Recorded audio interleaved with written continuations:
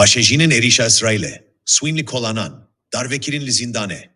Pişti erişen behempa u hevreskiri yen İsrail'e li serbinasazya navoki, leşkeri u evlehiye ya komara İslamiya İran'e, reberen Tehran'e, günekarin bi avayeki li gori dahuyaniyen swe bersiva van erişan bidin, pelek tepeserkirina navsweyi ve ki tolhildanek dan dest bekirin, ku sedan girtin, tohmeten giran en sihuriye jibo berjevendiya Mossad'e, u çezayin kuştineyen bilez bidavi bun. Darvekirinin bilez jibo vegerandina destilate, di hefteye yekema pişti rişande, heri kemşeş girti bi tohmeten veki sihuri jibo İsrail'e, u hevkari bi devletek dijmin re, hatine darvekirin. Teneroja seşemesi behe, çen demjimer pişti ku agirbesta bi İsrail'ere hate pejirandin. Anci dibingehte, naskirina neçara velet, se girtiyen siyasiyen Kurd, İdris Eli, Azat Şoçay, u Resul Ahmet Resul, li girtigeha urmiye hatin darvekirin. Tawanbariya wana fermi, gendelia li ser erde bi reya hevkariya bi İsrail'e re, dine buna pevajoyek dadveriya heri piçuka zelalde. Bere kesendin li girtigehin Kizilhesar, İsfahan u Şiraze hatibun darvekirin, kuhemi dozen van bi avayeki nezelal bi çalakin idyakiri yen lidiji evlehiya netevey u sisuri jibo Mossade ve giredaibun. Zedetiri heftzet girtin, operasyona evlehiye an çareser kirina siyasi. Karbidesten leşkeri u evlehiye ragihandine, kudi navbera divanzdeh rojande zedetiri heftzet kesatine girtin. Hejmareke behempa, heta bi rojen pişti serhildanen neteveyi yen salen berere jite berhevkirin. Girtin bi giranili parezgehin Kirmaşan, İsfahan, Suzistan, Fars u Loristan kombune. Tawanbariyen lidiji girtiyan curbecur tiştan dihevine. Ji reberdana dronen swekuş u çekirina bombeyen male. Bi gireheya şandina agahiyan ji navenden leşkeri.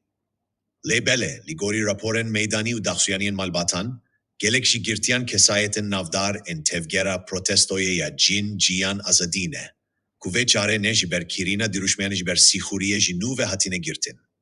Pakiçkirina bedeng, swepeşan deren duh, sihuren iro.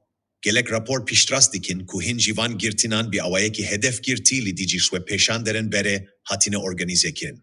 Sistemek bi biraninek tolhilder niha bi guhertina sernave tawane ji asten kirin bo sihuriye zemine ji bo tasfiye kirina fiziki ya dijberen bedeng amade kiriye. Dive listika hikuki ya nehekte, doz ve ki her çare didadgeha şoreşere li pişteriyen girti derbastibin. Le tişte kutedayne bir yareke, le biletek yekali berbi mirineye. Şia mirine liser Ahmed Reza Çelali, di heman atmosferede, fikaren liser darvekirina Ahmed Reza Çelali, bicişkek İrani Svedi, profesore zaningehe u lekoliner jizede bune.